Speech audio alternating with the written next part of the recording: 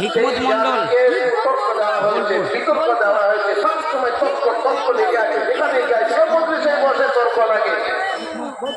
তাহলে এটা সব থেকে হেদায়েতের পথ, গুমরাহি দান করা হয়েছে। আর তারপর আল্লাহ রাসূল সাল্লাল্লাহু আলাইহি ওয়াসাল্লাম কোরআনের আয়াত পড়লেন, মাদারাবু কালা কাইলা জাদালা বারহুম কওমুন খাসিমুন।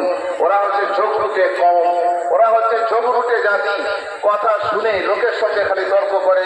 আর রাসূলুল্লাহ সাল্লাল্লাহু আলাইহি ওয়াসাল্লাম হাদিসে বলেছেন, ইন্না আবগাযার রিজালি ইলাল্লাহি আবাদুল খাসিম। এর আসাদ থেকে নিকৃষ্ট লোক আল্লাহর কাছে যে সবসময় ঝগড়া থাকে, কথা মানুষের সাথে বললে পরে সে সবসময় তর্ক করে, এমন লোক আল্লাহর কাছে পছন্দনীয় নয়। আপনি তর্ক করতে পারেন যদি আপনি জিতে যাবেন মনে করেন, তবু যদি তর্ক ছাড়েন তার একটা ফজিলত আছে। রাসূলুল্লাহ সাল্লাল্লাহু আলাইহি ওয়াসাল্লাম বলেছেন, আনা যাঈমুন বিবাইতিন ফি রাবাদিল জান্নাহ লিমান তারাকাল মিরাআ ওয়া ইন কানা মুহিব্বান।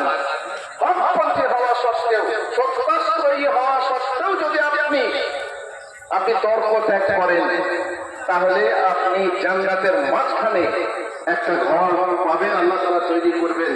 বক্তার মুখের দিকে তাকিয়ে বক্তৃতা শোনা, বক্তা বক্তৃতা করছেন, আপনি ওই দিকে তাকিয়ে আছেন, ওদিকে তাকিয়ে আছেন, কিংবা দিকে তাকিয়ে আছেন,